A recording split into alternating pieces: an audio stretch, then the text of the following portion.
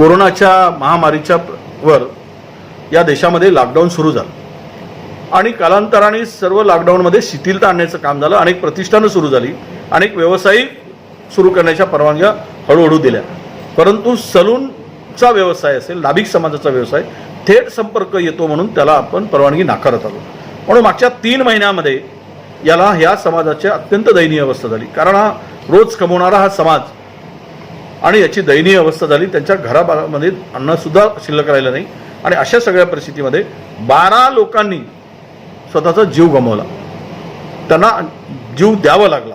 ही सगळी परिस्थिती लक्षात घेतल्यानंतर मागील 4 दिवसापूर्वीच मी म्हणालो होतो की सलूनचा व्यवसाय सुरू केला गेला पाहिजे, त्याला परवानगी देण्यासाठी 4 दिवसात आम्ही निर्णय घेऊ. आणि आज कॅबिनेटपुढे मी हा विषय मांडला.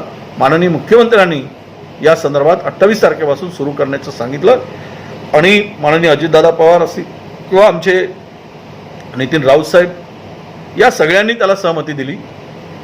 मी मांडताना एवढंच म्हणालो की एक तर त्यांना काही थेट मदत द्या, त्यांना पॅकेज द्या, नाही तर त्यांच्या सलूनाची दुकान सुरू करण्यासाठी परवानगी द्या. मग मुख्यमंत्री महोदयांनी काही अटी आणि शर्तीवर, म्हणजे सॅनिटायझर ठेवलं गेलं पाहिजे, मास्क लावला गेला पाहिजे, एका वेळेस एकाच व्यक्तीचे कसं प्रवेश दिला पाहिजे दुकानात, अंतर राखलं गेलं पाहिजे, सोशल डिस्टन्सिंग ठेवलं गेलं पाहिजे, ते टॉवेलचा वापरसुद्धा हा एकासाठी एकच वेळा वापर केला गेला पाहिजे. या अनेक अशा शर्ती घालून सलूनचा व्यवसाय सुरू करायला येत्या 28 तारखेपासून परवानगी देण्याचं